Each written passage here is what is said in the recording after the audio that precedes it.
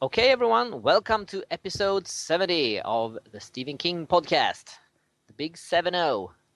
And as usual, I have my co-host Lou with me here. Hello, constant listeners. How you doing? And today we have a special episode for you. It will be special in two ways. We won't have any news, and we will focus on the Eyes of the Dragon, and not so much the book. The focus will be on the art portfolio that Suntup Editions is going to release. And we're going to talk about it, and we're going to interview the editor, Paul Suntup, and the illustrator, David Pallandi, who has illustrated both this artwork and that was also used in the original edition of Eyes of the Dragon. And cool. Yeah, exactly. And they have a lot of fun stuff to say, so stick around for that. Mm-hmm. And we'll have a contest. Yes, and we are also going to talk, because today, when we record this, is March 19. Yeah. Most of you fans know what 19 means. Yep. That means the Dark Tower. And today, the poster were released. So we're going to talk about that and give you all our feelings and thoughts about that one as well. Feelings. Yes. And we're going to start with the Dark Tower poster. And then we're going to keep going with Eyes of the Dragon. So stay tuned. This is great. What's our job? We'd like drive around, pick up stiffs or what? It's time for reviews from the night shift. Okay. Today, March 19, and I'm a little bit ashamed to say that I wasn't more prepared for this, being the 19th and everything. We should have known. But this morning when I woke up, I saw an email from Lou in my mailbox saying Dark Tower poster. And there it was, the poster for the film. Yes. And what's your thought about it? Well, goosebumps to start with, but that dropped rather unexpectedly. I was a little hesitant at first to post about it because it doesn't have a lot of the corporate info about the studio and stuff like that, though you can see it now at the bottom left and right corners. Yeah. And of course, Stephen King and Idris Elba and Matthew McConaughey and Tom Taylor have all tweeted about it now, so I feel pretty confident that this is, in fact, the official Dark Tower movie poster. I'm glad that they got it out before any of the major promotional material got out, so that should silence a lot of critics on that front. And I love it. I think it's fantastic, and I will get into my reasons why, but I want to hear your first thought reactions about it, Hans. I will say that I love it to 98%. I have two small issues with it. Oh, I do too. But and should we start talking about those as well? Let's get our issues out of the way, because they are very minor. Yes. My first is that when you look at the tower, and obviously you can see that if you turn it around, you will see Walter walking in the street, and you have like some character to the right that I don't really know who it is, and you have one character to the left who I would guess is Sire, maybe. Yeah, I think so. Yep. Yes, but my problem is that the tip of the tower goes all the way to the edge of the poster. I would have liked the street that they are walking on to be whole. Okay. Yeah, so the tip of it should end before it touches the ground. I said it were minors, so bear with me. Yeah. So that's one. And I think that if you look at the poster in its right way, Roland and Jake, they feel like they are floating. I would have liked some kind of line or frame. It would be nice if there would have been a frame to the poster, and their feet would have been standing on the frame. Mm-hmm. So it doesn't look like they are floating in air. It would be nicer if they were walking. Right. But as I said, there are very minor issues. But I think that if they would have done that, that would have made it a 100% poster. Yeah, my issues are more about the coloring, especially at the top. McConaughey and them are walking. Because it's so dark there, it's really hard to pick out those characters. Yeah. And I would have liked the scale of the characters to have been a bit larger, just to make them stand out a little more clearly.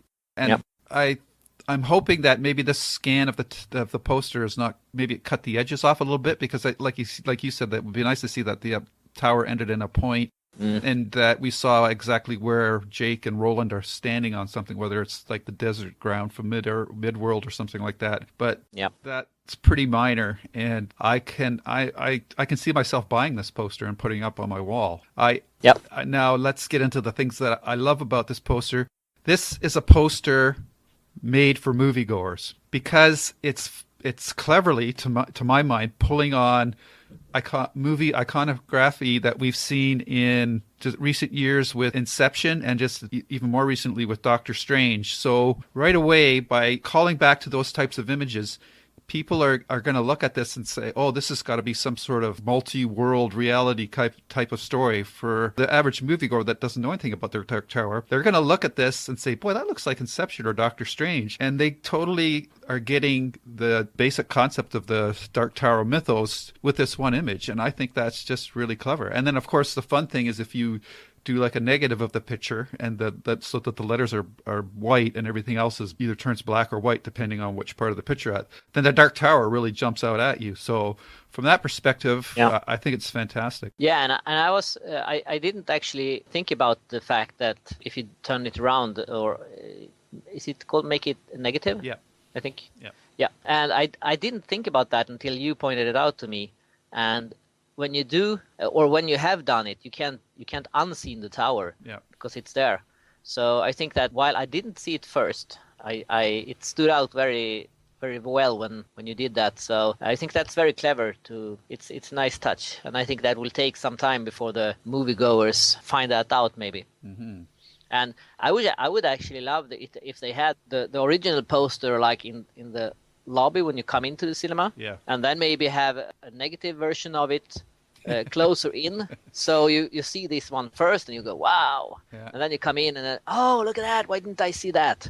I think that would be great promotion for it, because I think a lot of people like me, when you first look at it, you don't think about that it's a silhouette of a tower, you just think that it's the world upside down and everything like that. I think that would be a cool thing to do. Hopefully someone will do that. Yeah, and this has sparked off a couple of thoughts in my mind. Another thing that I really like is you can see Roland holding both of his guns in each hand, so that's a nice little touch as well. And this is the thing with this project is because we're so close to it and we're expecting certain things to happen in the story. And I know we talked about this in the previous podcast that we talked about. Well, I hope they have this scene where when Jake's going to come back, like in the drawing of the three. But if they repurpose the other worlds, then these line, oh geez. So, see how excited I am? I can't even say it. The iconic line here. There are other worlds in these lines for Jake. If this is a continuation of the cycle and Roland has the Horn of Eld, then one of the things that I think is a turning point for Roland to complete this cycle is that he won't let Jake die. So we might see that in this first movie, and people might be, oh, we didn't get that scene where Jake falls from the train tracks. But if this is truly going to be the last cycle of this tower story, then Roland should save Jake. And I don't know if he's going to be able to save everybody else as well, Eddie and Suzanne, if we ever get that far. But this poster, I don't know why, it just sparked in me the idea that Jake is not going to die because this is the next cycle. And part of Roland making it through the cycle is saving the people that he cares about. So that will be something to look forward to. Book readers will jump on that. And I think for regular moviegoers, it will make Roland a much more character that they can empathize with, rather than if he, and I know in today's world the hard-ass decision like letting a kid die so that he can continue his mission would appeal to certain people, like maybe you, Hans, I don't know. It sure would. But I'm just thinking, because I don't know why this poster's just getting the wheels turning, and I'm starting to realize that I really have to reconceptualize everything that my expectations for this movie, because if it is the next cycle, things like Jake dying really shouldn't happen if Roland is going to be redeemed and successful in his journey to the tower. So this poster has really got me excited. I just think it's fantastic, and man, oh man, I can't wait for July.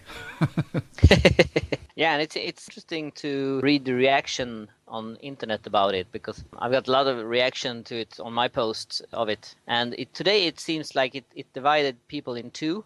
Surprise. But not as you might imagine, not that there are those who like it and those who don't like it. It's more like those who think it's awesome and those who think that, the movie will still suck. So it seems like it has already divided fans, and those who have decided that this is going to be a bad movie, there's nothing anyone can do to change their minds. And I think it's sad, but because from our previous discussions that I have some reservations if this will be good or not. But I can still be excited over this poster, and it gives me hope. And whether the movie is good or bad, this is an awesome poster, I think. So, and it's sad that people can't give it a chance, at least until they decide, I think. Well, I mean, one poster is not going to change people's minds. I would bet, though, in general, seeing that people will probably, especially like us, who are looking forward to the movie, I'm definitely more pumped if that hasn't come across yet. And I think even the people that are a little worried about it are probably feeling a little bit better that now that something concrete has been put out about the movie. So hopefully, as we get the teaser trailer, which we might get this week if they attach it to that science fiction life movie that starts this week, I think on the 24th, which is Friday. So, this is a time to keep your ears to the interwebs, because we might get that teaser trailer that we've been dying to see. And it's still, and for me, 4 months out, it's still early. 2 months out, it would be a different story. But yeah, we'll have to see. Yeah, and it's interesting with all this talk about the trailer and no trailer. I mean, I can understand that people are wondering where is the trailer, but I have a hard time when people say, "Oh, it's not going to happen. The movie is in danger." I mean, it's done. The movie is done. Maybe they are doing some reshoots and some editing, but it's not like there's any risk that the movie won't be released. I mean, it's recorded, it's done. So, I mean, I don't think we have to worry that the movie won't be released. That will be very strange, I think. Yeah, for sure. Yeah. So, we're happy that this poster is out and both like it. And hopefully it's an indication that the movie will be a good movie. And hopefully a trailer will come along and not too far in the distance. Absolutely. That's for sure. And the trailer comes out. We will probably do a special one-off video version of our podcast, just talking about the breaking down the trailer and going into our thoughts about it. So keep a lookout for that, and we will keep a lookout for more Dark Tower news. Yes. Okay. So that's it. I can't wait to see this in a high-resolution image, because as you say, I actually think that the top of the poster is too dark. But that one is almost the most interesting part of the because there's image. a couple of characters we don't recognize. So exactly. So that's what I want to focus most on, because So I was thinking that maybe there will be a part on the bottom of the poster where you will have more, like you have the Dark Tower and you have the director and you have all the stuff. Yeah. So maybe that will be attached at the bottom, and maybe we'll get the feats of Roland and Jake as well, standing or something. Yeah. It feels a little bit unfinished at the bottom. I think it looks. I think it looks a little cropped. Is what? Exactly. Like the top and bottom got cut off or something, but just slightly. But something missing. Yeah. So and that's sloppy work if they're releasing this as the official poster and they cut it, isn't it? But it happens. I'm not going to get too fussed. So it's maybe they just wanted to release a clean image without any of the other things distracting from it too. So could be. Yeah, because I'm sure when we see the poster in the theaters, you're going to see a lot more text in the bottom, along the bottom, than what we're seeing in this version. Because that's why is this really official? Because I'm not seeing any like movie studio directed by type of stuff on it. But once King tweeted it, then it's good. Yeah, it's all good. Paul Suntup, who is the owner of Suntup Editions. Welcome. Thank you. It's great to be on the call with you. It's good to have you. And you are about to throw yourself in the world of publishing Stephen King with a portfolio of Eyes of the Dragon. Yeah, that's correct. It's been a big move, a big step for me. I mean, the first publication is the artwork that David Pallandi created for the Viking edition of the Eyes of the Dragon. So I've been a Stephen King fan for a very long time, and it just made sense for me to roll into this as my first publication. How come you started a publishing company? I mean, that if you went from a fan to a publisher, that has to be quite a big step. Yeah, it is a big step. I'll try and be a little brief because the story is a long story that spans 30 years. Oh. But for me, this started in 1987 when I was 19 and I walked into a bookstore and I was attracted to a book on the shelf, which was The Eyes of the Dragon. And I picked up the book and bought it, and it was by an author that I'd never heard of at the time named Stephen King. So that was my introduction to Stephen King's work. And after I read the book, I became a massive fan, and it ignited this interest in collecting his books. And I remained that way for some time. I was an avid collector.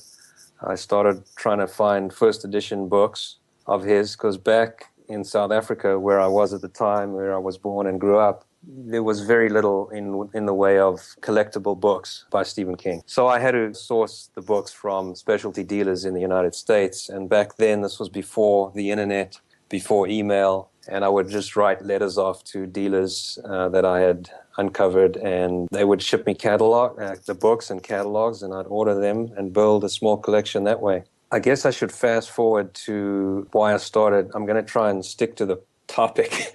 You asked me why, because this for me, and I'm sure you know, Lilja, I mean, you've been doing this a long time. This is something that you can talk so much about in so many different areas. But why I started the publishing company is because, I dropped out of collecting for a while, for about 15 years, because after I moved to California, just immigrated to a new country, and life got in the way, and I was very distracted. And it was a long time before I came back to the dark side, so to speak, and started collecting again. And I would remember over the years, I would walk into bookstores here, and I would see the new King book, and my first thought was, man, he's still publishing?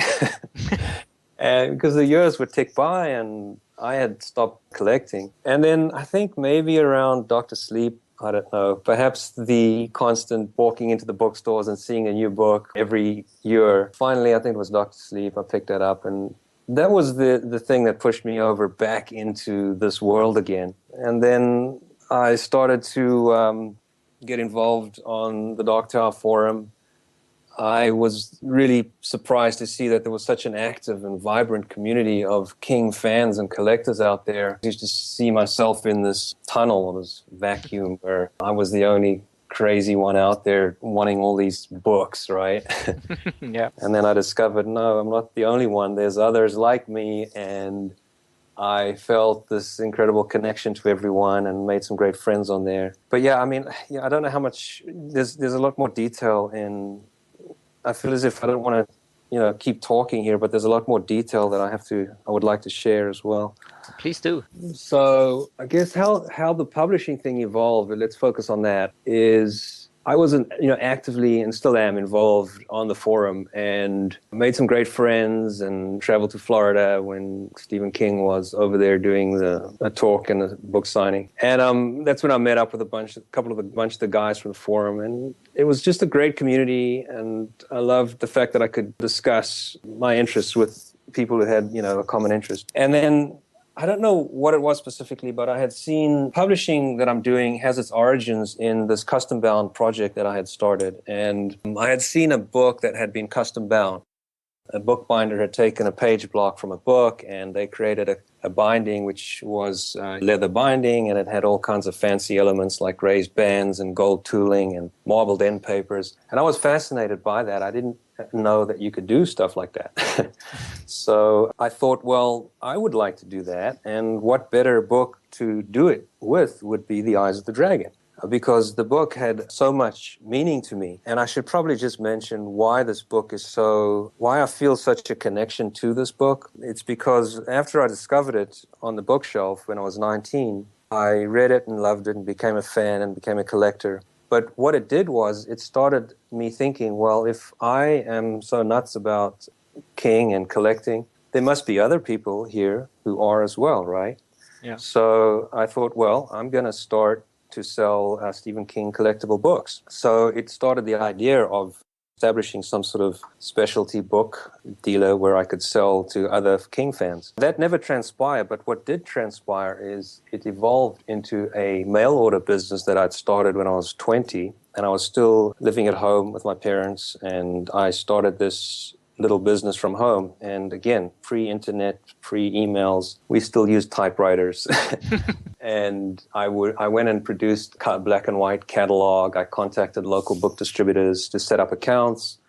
And of course, I did sell Stephen King books, although they were the new hardcovers and paperbacks, not collectibles. And started this little business and would mail out catalogs and get checks in the mail and mail out books in padded envelopes. And I did that for 3 years. After that, I decided to open a store, and that became a comic book store. And I had the comic store for another 3 years, and it became it was just a wonderful time in my life. When I look back on those 6 years, it's some of the best years of my life, the best experiences that I've had. And I feel that had I not discovered the Eyes of the Dragon, that chain of events would not have happened. I would not have experienced what I did during that time. So for me, there's that association, that nostalgia, whatever you might call it, where it's that book that made this, that created this part of my life. It was so meaningful and so impactful. So just then coming back to the custom bound book, my thought process was that I loved this book and let me do that. So I procrastinated for a very long time. I was dealing with a lot of sort of negative talk in my mind to say, I can't do this and I don't know anything about it. And I had also been going through some challenges at the time. And I decided that I would just, at one point I was just going to let it go. And then it was in January of 2016, and I forced myself to go on this vacation because I had not taken a vacation for a long time. And I was sitting in a hotel lobby with my computer up, and for some reason, it was raining outside and the fire was on in the lobby.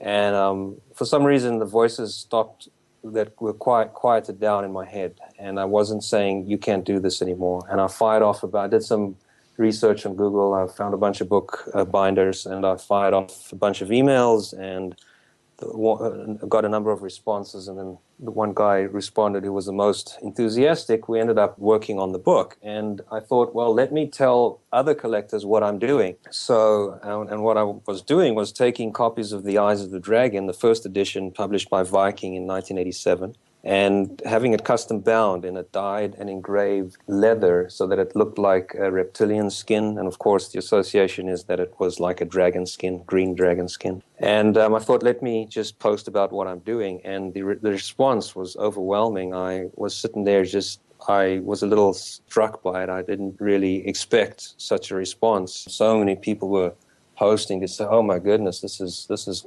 great. I want a copy too. So I ran with it, and between January of 2016 and around September, when the book was finally done and shipped, it took about 9 months, and it was a lot of work and getting this book done. And I am a guy that does what he says he will do, and if I said I will do it, I will do it. And I got the book out, and everybody was happy. Everybody loved it. Forget who it was. One of the members, he couldn't even wait to get it back home before he opened it, so he took some pictures of it in the post office.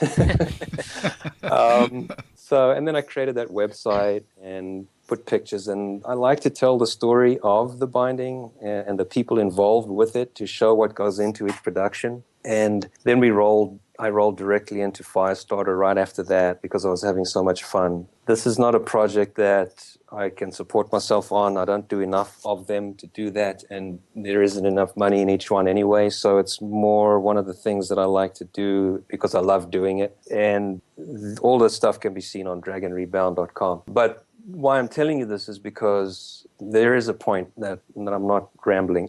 At some point during this process, when I started the custom-bound book and I delivered it, I realized that what I'm doing has some similarities to publishing. It was great taking a page block that's already been printed and already been published and rebinding it, but it's not the same as publishing something. And I felt like, I want to hand in the full spectrum of the creative process. And it wasn't an idea that I had, I want to be a publisher. It was more, it just made sense. I was drawn toward it sort of organically. It wasn't any decision that I'd made. It was almost like the decision was made for me, that this is what you have to do. And that's what I did. Yeah, and then you went on to do this portfolio of the illustrations for Eyes of the Dragon. Yeah, and that too is an interesting story to me because I have this web design business and I wasn't enjoying it much anymore. And I was sitting there and I just felt like I was looking for something. And by the way, before I forget, I have to congratulate you. You know, you've had that website running for over 20 years. Yeah. I mean, you have my respect, man. Thanks. That's a dedication, and seriously, I'm very impressed by it all, and I just wanted to congratulate you on that. Thank you. Here, here. But what's that? Here? Yes. Totally agree with you. Yeah, because it's a long period of time. But I was looking for something, and this just came up at the right moment. And why? So how it ended up in terms of doing a portfolio on the Eyes of the Dragon is, again, I feel as if it's something I've been moving toward for the last 30 years because of any book or to do. How is it that it was this one? Because, so how this connection happened with David Palladini was in the early days of the custom-bound Eyes of the Dragon book, I had the idea to see if I could find David and if he would be willing to do a drawing in the book, and that would sort of make it more interesting to the collector who might purchase it. So I did what most of us do. When we're trying to get some information, I went onto Google and did some research, and I found a website of David's. And I went on the contact page and sent off a message. And the site was run by a woman named Anastasia, who is the publisher of one of his books. And she got in touch with me and let me know that David doesn't have a computer and that she normally just prints out those inquiries and mails them off to him. So I said, well, that would be great. Thank you. And then about a month went by and I had not heard from David. And all that negative self-talk started to come back at me to say, just forget it. It's not going to work, The big difference between when I was 20, and this doesn't just apply to me, I think it applies to most of us. I think it's somewhat part of the human condition, is that when you're 20, when I started this comic book store, I had no concept of failure, right? I just went and did it because that's what I wanted to do. And there was no, well, what if this and what if that? But when later in life, thought of doing stuff, the first thought you have, at least for me, was, I can't do this, or here's all the reasons why it's going to fail. So, of course, when I had not heard from David, right, the first thing I thought was, well, there you go, it's not going to work. So, but there was an interesting turning point. I was at the chiropractor one day, and I had just come out, and I was sitting in the car. This is about a month after I had sent off the original inquiry. And I was just sitting there for a little while, and I thought, let's just push this a little bit. Let's see if I can get David on the phone, right? I was going to be bold. Yeah. So did some research, and I discovered he was reachable. So I got his phone number, and I punched it in my phone. And then I sat in the car looking at the phone for about another 5 or 10 minutes, right? I was too afraid to make the call. And eventually, I had those two voices again. Make the call. Don't make the call. Make the call. Don't make the call.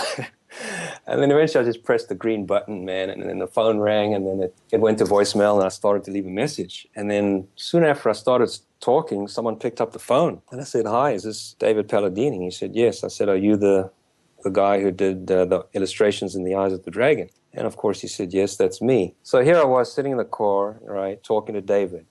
And I did my very best to sort of just keep my voice at a sort of even pitch. And I said, hey, so here's what I'm looking to do. I want to take the Eyes of the Dragon. I want to create a custom binding of it. I want to see if you're interested in, either maybe doing an illustration or something. And he loved the idea. So we set up a time to meet, and we met up soon after that. I told him what I was doing, and we had an instant connection, an instant bond. We have very similar personality traits, very similar outlook, and the way we see things in the world. And we ended up becoming friends, and it's been about a year now. And at one point, how this evolved into the portfolio project was we were having lunch one day, although I don't think you could call it lunch. We were having vanilla malts. And that was actually our lunch, which sometimes a vanilla Liquid malt, lunch. There you go. It's better. The other liquid lunch, which is sometimes can be better than just a regular lunch. I don't know where it came from. Again, it wasn't something that I thought much about or decided I wanted to do. It was more just, there it is. It was like handed to me, and I said to him, hey, why don't we do a portfolio of your illustrations from the book? He said, sure, it sounds like a great idea. And then I didn't say much more about it. We continued on working on the malts. And then sometime after that, he had some health challenges, and I put the project on the back burner, and I didn't think much about it for quite a while. And I went to visit him during his recovery, and then I completed the custom bound book. But then, thankfully, he recovered very well, and he got back on his feet after a few months, and we started talking about the portfolio again. Now I'm doing the portfolio. That's really great, and you post some picture of it on your site, and it looks really great. I was thinking, when you do stuff like this, do you have to ask permission to do a rebound of a book or this portfolio, or how does that work? Yeah, sure. It's a good question. So two different answers, really. So on a custom bound book, no, you don't have to ask permission, although I did. Let's put it this way. I let Stephen King's office know what I'm doing. And I'm referring to the custom bound project. So because I'm not reprinting anything, listen, if someone went out and took The Eyes of the Dragon and decided to reprint it without permission, that's obviously no good. No. But because I was on a custom bound project, you're not reprinting any text or any copyrighted material from the book. You're just basically taking the page block from a book that's already been published, and you're putting new covers on it, right? A fancy cover. In terms of, I had sent an email off to his office and let him know what I was doing there, and they didn't have any problems with it. And then I ended up even once the book was done, I ended up sending a copy to Stephen King. And he ended up signing the book and sending it back to me. Nice. So he's had it in his hands. He's seen it. He knows about it. Cool. Yeah, that was really, really cool. So in terms of the publishing, absolutely, you need permission to do certain things. If you're going to be reprinting any copyrighted material, you need to get permission from the copyright owner to do that. For the portfolio, I had taken it to a point where the vision was clear to me what I wanted to do. And before I went any further and spent any kind of money on this, I thought, let me just run it by Stephen King to make sure it's okay. Even though I did not need to get any permission to do this, technically, because I was not reprinting any text from the book. I was just reprinting the artwork, and David owns the copyright on the artwork, and he had already given me permission to reprint that. That was my first step. Okay, that makes sense. But at the same time, I didn't want to put out a publication like this without first letting them know what I had planned. So I just shot an email off to his office, and I said, here's what I want to do. I'm publishing this art portfolio of David Palladini's illustrations from the Viking edition of The Eyes of the Dragon. I'm not reprinting any text from the book. It's just the artwork. And then I heard back, I was quite amazed at how fast I got a response back from Marsha saying she's run it by Stephen and he doesn't have any problem with it. So I'd got his blessing, and that was August. It was a good day. That was August 1st, 2016. And I remember the day. I remember the email coming in. So for me, what that meant was this project is basically green lighted. Sure. Okay, I have permission from the copyright holder of the artwork. Stephen King says it's okay and to move ahead. And then I got busy making it happen, right? Right. Yeah.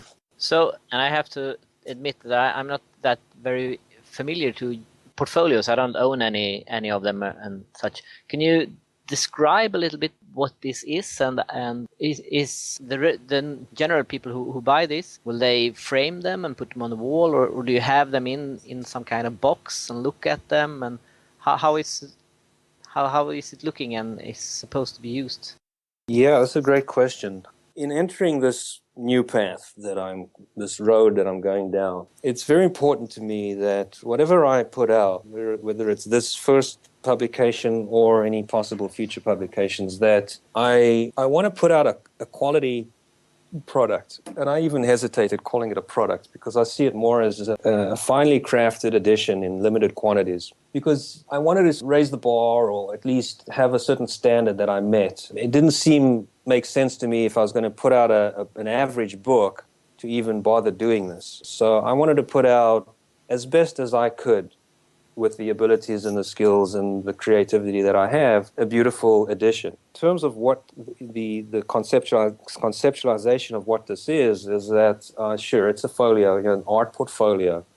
But I wanted it to be ahead of other portfolios that may have been done in the past in terms of its production quality. So the portfolio will be individually printed sheets of each of the illustrations from the Eyes of the Dragon. Now, there's 24 illustrations in total. 22 of them are black and white and 2 are in color. And they all will be printed individually on individual sheets, and they will be housed in a custom clamshell box. So in terms of, to answer your question, what would the collector do with this? Well, opens it up and looks at it and wants to frame some of the pieces. And you can do that because there's no binding on this. They're all loose leaves, loose folio sheets inside a box. So you can certainly, there's nothing stopping you from taking out some of the artwork, one or all of them, and framing them if you'd like.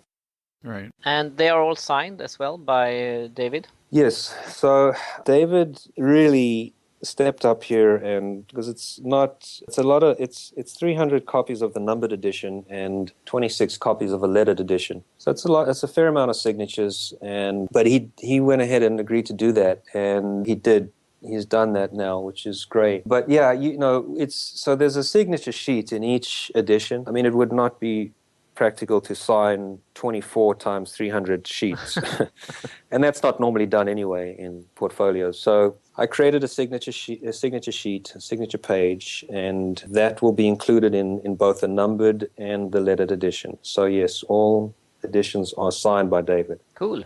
I was wondering, and I don't know if you want to talk about that, but when you sell things like this, how do you know how much they cost? I mean, compared to if you sell a normal hardback, you have other hardbacks to compare the price and stuff with, but this is so unique and one of a kind. So how do you know how to price it? Do you scout the market? And that was one of the more agonizing decisions I had to make throughout this process. And what I found is there's many other decisions that have to be made. And I mean, listen, the reality is this is a new venture for me. I'm not like some of the other small press publishers out there who've been around for decades, right? But on the other hand, I have been involved with books for the last 30 years. I was a bookstore owner and a collector and a reader. Right. And it just made sense for me to now be a publisher. And of course, in my philosophy in entering any sort of new venture is that instead of reading a book about it, just do it and learn by your mistakes.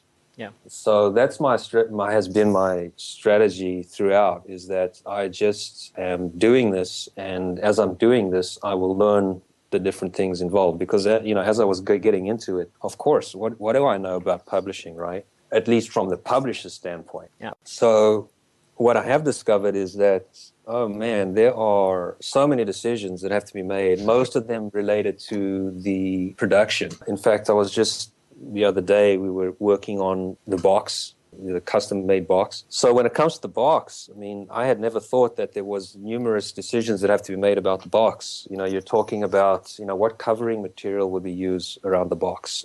Would it be the same covering material on the walls of the box? How about the trays of the box and this inner spine of the box? On the cover of the box, do we put a label or don't we put a label? And when you talk about materials, there's 380 different types of Japanese cloth out there. Well, which one do you use? Right? Yeah. So this is someone who doesn't like making decisions. This is a nightmare.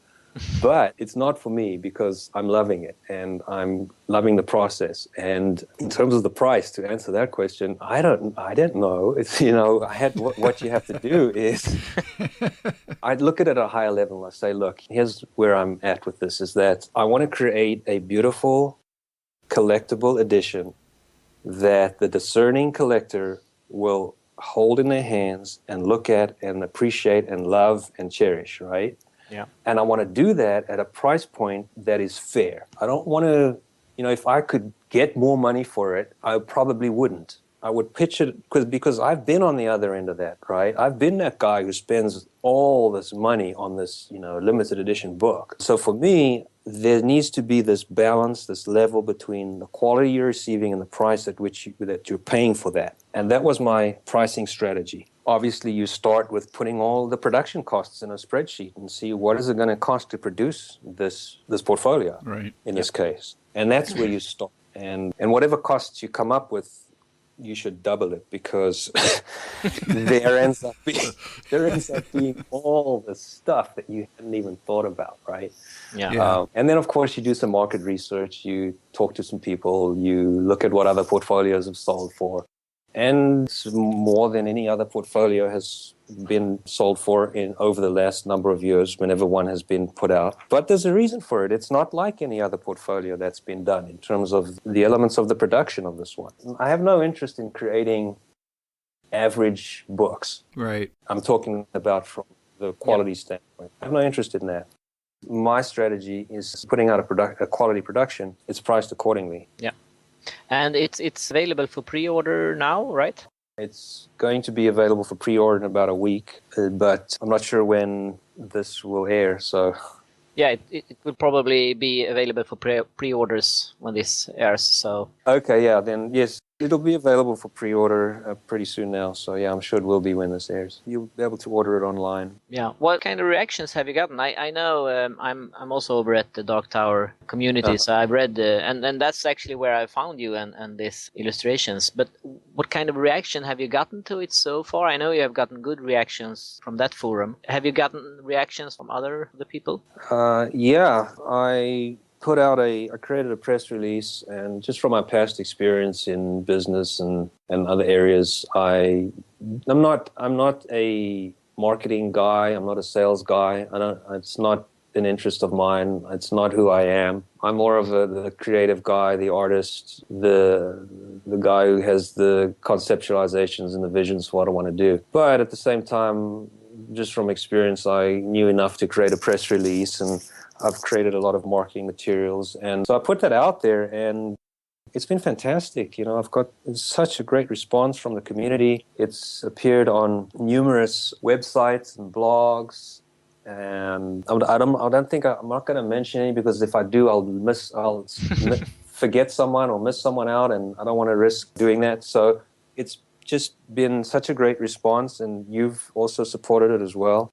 Yeah. So that is great. And do you have anything to add, Lou? Yeah, I just wanted to say, as you were talking, Paul, it's very interesting to hear your journey from where you started out as a Stephen King fan to what you're doing now, because it really parallels, I think, for a lot of us, our journey. In Hans's case, he started up the website. In my case, I finally worked up the nerve to ask him if he wanted to do a podcast together. So it's all very similar. And obviously, how many people writers and whatnot have remarked that Stephen King was a big influence on them growing up as well. So your journey is unique to you, but it's also a shared experience. So it was really cool to hear you talking about how you got to where you are right now. So congratulations on finally killing that voice, or silencing that voice for a while in your head, and going forward. Yeah, thank you. It's interesting that you say all that, because Stephen King has certainly had such a tremendous impact on so many lives in different ways. At least for me, he's been there. That's right. Same here. Almost like a player in a movie, the movie of your life, right? Exactly. It's kind of like for the last 30 years. Yeah, he's like that invisible older brother or something. Right. Huh? Yeah, exactly. And I was looking at your Dragon Rebound site, and that Firestarter book really looks awesome. That wood binding that you did is really cool. And I'm sitting here looking at I have a first edition Firestarter book, actually, so I'm kind of going,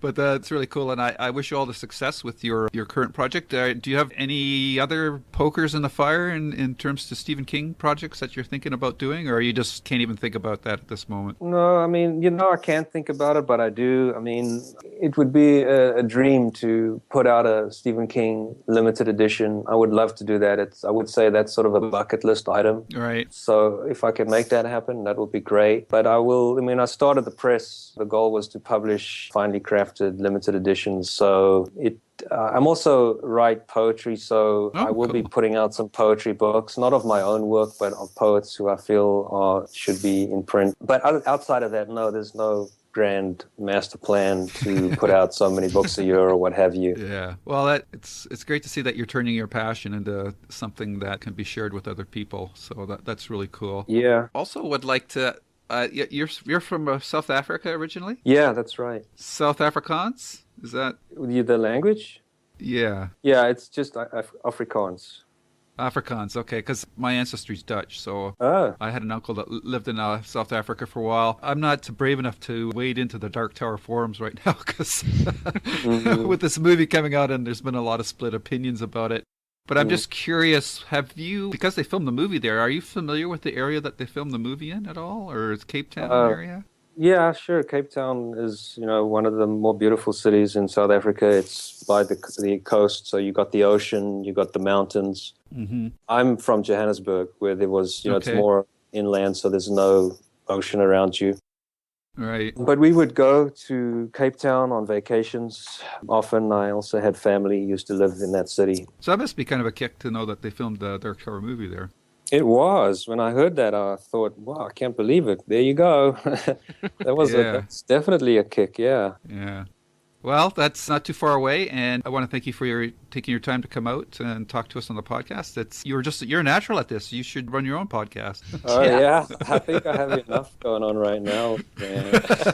You know what I'm saying? This is, the funny thing is, I used to spend a lot of time during that period where I was trying to figure out what it is that I'm going to do. Mm-hmm. So I'd spend a lot of time doing nothing at all. I was sort of just stuck, not sure what I was going to do. Right. And what I'm finding now is that I don't really have much time for anything else other than this. I find every day there's just a mountain of things that need to get done to get this production out the door. Right. So keeps me pretty busy. Yeah, I bet. Yeah. Yeah, and we also have a contest. You have a prize for our listeners, right? I do, yeah. I created several different promotional items. Some of them haven't been revealed yet and will, but one of them is this poster that we created, and we're giving one of those away, right? Yeah. It'll be signed by David Palladini. Cool. Now, and the question you have to answer if you want to have a chance for this great poster is, how many illustrations are included in Vikings edition of Eyes of the Dragon? And you can give the answer if you head over to my site. There will be a page there where you can answer the question. And you have listened, obviously, since you hear this. But if you haven't, you won't find the question there because we want you to listen to this wonderful interview and everything. So you have to listen to this interview to get the question. And we will decide based on when this podcast airs how long this contest is going to run for, but the date will be on that page. And you also have to follow your newsletter, right? Can you tell them how they can do that? Yeah, the best thing is just to go to the website for the press, which is suntup.press. It's suntup.press, and there's the opt-in form over there, as well as other information about the portfolio. And of course, there's the social media stuff, the Facebook page and Twitter, and there's some great things happening on the social media as well. Yeah, and you can also see a picture of the portfolio and a video about it, and a lot of good stuff there. So head over there and check it out. Yes, and there's a brand new video too that is out, will be out when this airs too, which is the full version of the teaser video that you saw on the website. Oh, cool. Yeah, we're doing the final edits, and that will be out there. I'm really happy with it. Great. Cool. Okay, we thank you for joining us, and wish you all the luck with this portfolio. Thank you, Lilja, and thank you so much for the opportunity to talk to you guys. And Lou, thank you. Thank you. It was a pleasure just listening to you. I'd love to hear your passion. Great. Have a good day. Okay. Take care. You too. Bye-bye. Thank you. Okay, Bye-bye. And so that was our interview with Paul Suntup. And unfortunately, at that time, we weren't able to get to the artist David Palladini. But Paul graciously offered for a follow-up interview with Dave. And we did that just today on March 19th. And going to add it to the podcast. And here it is for your listening pleasure. Okay, we are here with David Palladini, who illustrated Eyes of the Dragon for Stephen King back when it was first released Could you please tell us a little bit about yourself and how you came to illustrate Eyes of the Dragon? I was living in New York City and as an illustrator, and of course, always looking for work. And I got a call from Viking Penguin. They said they had a children's story, which was by Stephen King, which I believe is one of his few or maybe only children's book. And I was hired to do the drawings, and Stephen was nice enough to even change some of his text for me. When I wanted to draw like the drawing of the wolf, he had a white wolf in the original story, but he changed it for my drawing, which was lovely. Oh, that's cool. It was a big moment in my life as an illustrator. Did you know about Stephen King before? Were you a fan, or?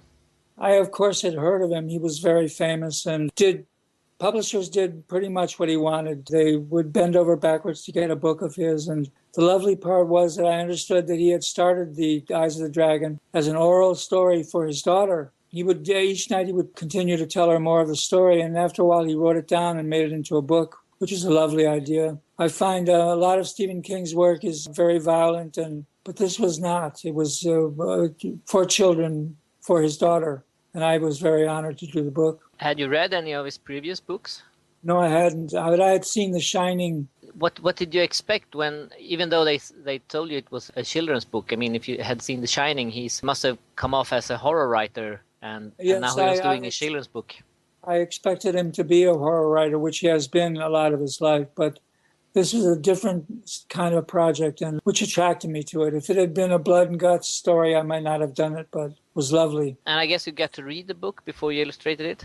Yes, they gave me the manuscript of the book, and I read it and chose what parts of it I wanted to illustrate. I was limited to black and white, of course, because of the expense involved in making a book. Most of my children's books that I had done before for Viking Penguin had been all full-color books. This was different. Can you tell us a little bit about when you read a book and you're supposed to illustrate it, how do you decide which part you want to illustrate, which part is worth that extra feature as an illustration? Well, a lot of it has to do with inspiration, which means to breathe in. Inspire means to breathe in.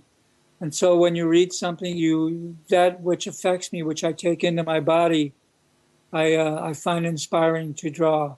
And so I looked for images which would fire my imagination. Interesting. Did you do more illustrations than what ended up ending in the book that they could choose from? Yes, I did. In fact, in the edition of Suntup Editions, one of the drawings that's going to be in there was a drawing which I had done, which was rejected by the editor, but somehow survived the internet and wound up being for sale on the web, and it was wonderful to see it again. I've seen some illustrators do like a sketch first, and then they do a second one which is more finished, and then maybe a third or a fourth that are finished. Is that how you work, or do you draw them in one? The editors wanted to see what was going to be my drawing, so the sketches had to be pretty well precise to what the finished drawings would be. But yes, they approved them and disapproved them in the sketch stage.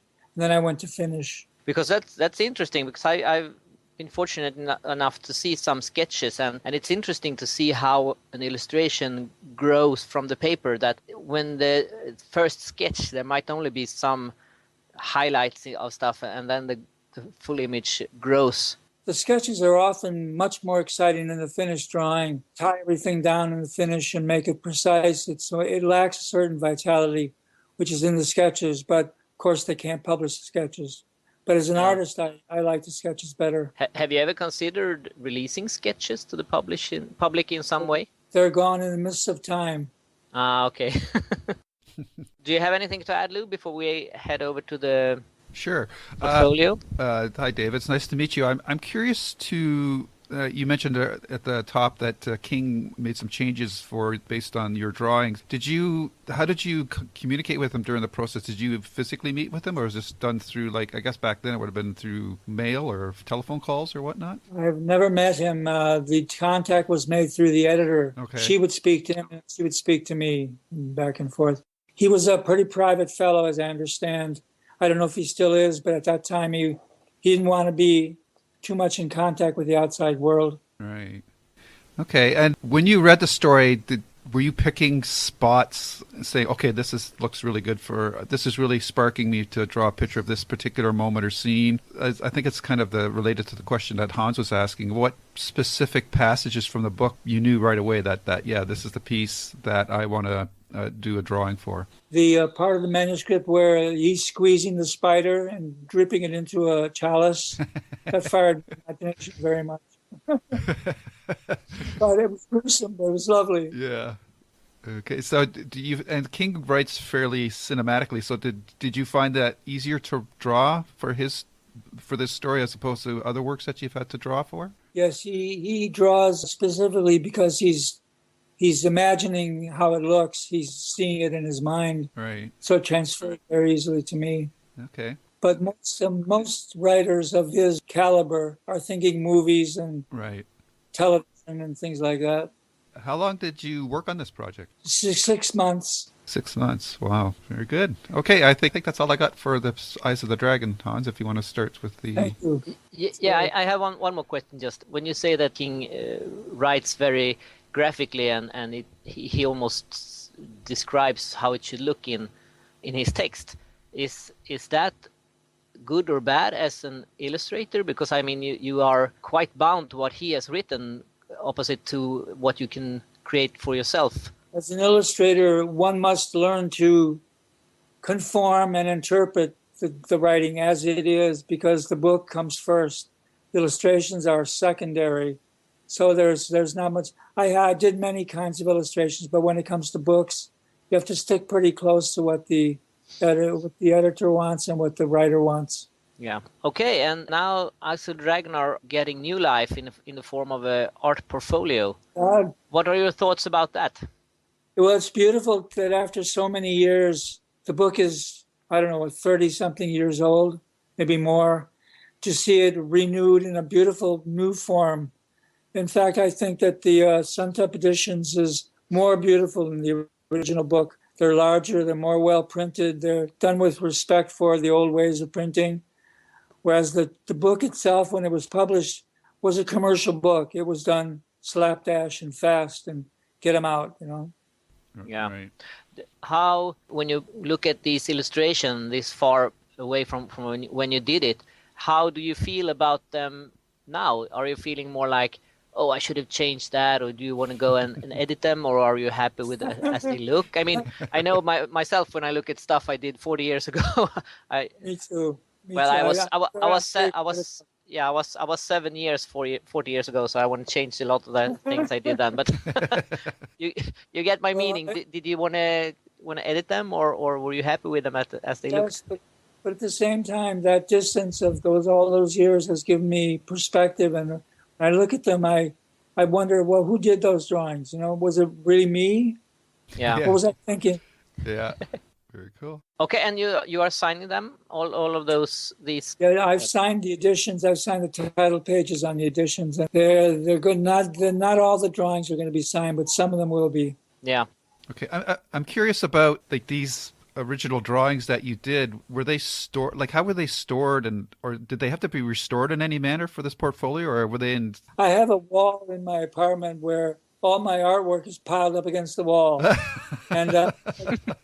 Well, they're in there somewhere. And Paul said he kept eyeing the pile. Right. I could see he was waiting to go.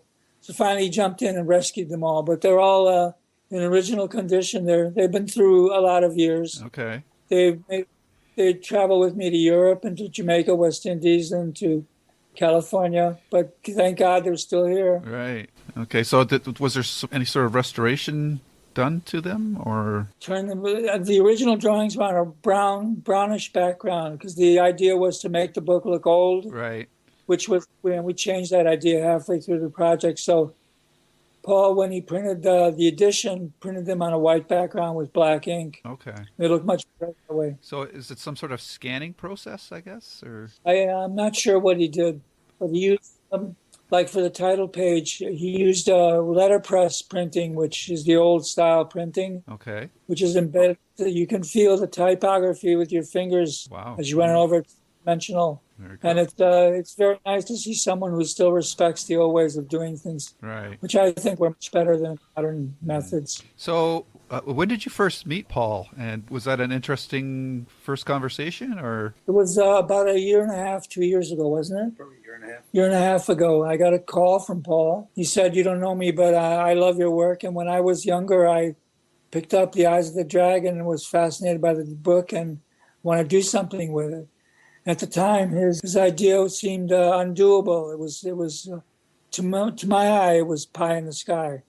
But here it is sitting on the table right now, and it's looking beautiful. Great. So that must be a very satisfying feeling to know that your work is going to be preserved in this manner for quite a while. Yes, and having been treated the way I was an illustrator, I was the tops in New York pretty much. All right. And clients never said thank you. They never said well done. They never said good job. Really? They just and I waited months to get paid. And that's the way it is. The life of an illustrator is not fun. No, it sounds a lot like the life of a writer. Okay. Yeah. Now that my arm doesn't work so well anymore, I can't draw. Oh. So I've begun writing books. So I know what you mean. Okay. Ah, okay. What book are you working on then? It's called The Journal of an Artist. Okay. And it's a story of how I've lived my life as an artist all over the world, the things that an artist has to go through. I wrote it for artists, for young artists to read, Oh, cool. so that they knew what they were getting themselves into. Because a lot of time artists, we believe a handshake is a contract. Right. We believe what they tell us. We believe in all that fantasy stuff. And the reality is there is no such thing as a handshake or a contract. Right. Right. Yeah, and that's a shame, because I think illustrations they add so much to a book when they complement the text. So, And I think- when we find an old civilization, when archaeologists dig it up out of the ground, what they find is sculpture and terrazos and art. That's what's left. Sculptures. That's what's left of old civilizations. Right. yeah. Yep. Did you ever consider coloring the illustrations? Well, as a matter of fact, Paul found online one of the illustrations from the book, which I had colored one day. I sat down just fooling around and put some color and beautiful colors on one drawing, and he's reproducing it in the edition in color. Nice. Ah. Yeah, I'm looking at the webpage right now. It's very gorgeous pictures there, and you're also well known for doing a version of tarot cards as well, I believe. I have 2 decks of tarot cards, which made me famous all over the world and will probably survive me. Right. One is called the Aquarian Tarot, and the other is called the New Pallandi Tarot. And they sold widely all over the world. Hundreds of thousands of people have them, and it's very gratifying. Mm-hmm. Yeah, great. And they're gorgeous illustrations too. I'm just looking at them now. Thank you. That people use them to look inside themselves and find out more about themselves, which is the original intention of the tarot. The tarot was never meant as fortune telling. It was supposed to be an introspective tool, and I'm glad people use it that way. Cool. Sorry So- about my voice. That's okay. No problem. No problem. You have done a lot of illustrations. Is there something you feel that you would have liked to have done as well? Something you I pretty much did it all as an illustrator. I did all the work for all the major publishers in the world. I did newspapers and opera drawings and movie posters. I finally got tired of it because there were, well, forgive me for saying this, but there were no new horizons to conquer. So I decided to go out into the wilderness and paint. Ah, okay. Yeah, you have done great work, and I'm very impressed with it. Thank you.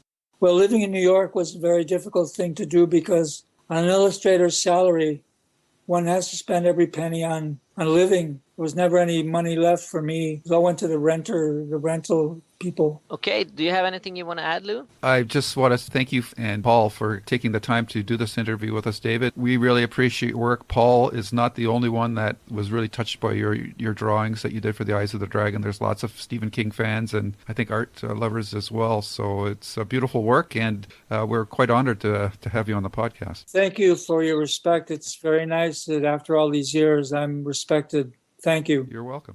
Okay, thank you so very much, and thank you, Paul, for helping setting this up. No problem. It was fun. Thank you. Thank you, guys. Have a great day.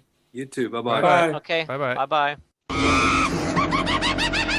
Okay, folks, so that is our special episode on Eyes of the Dragon.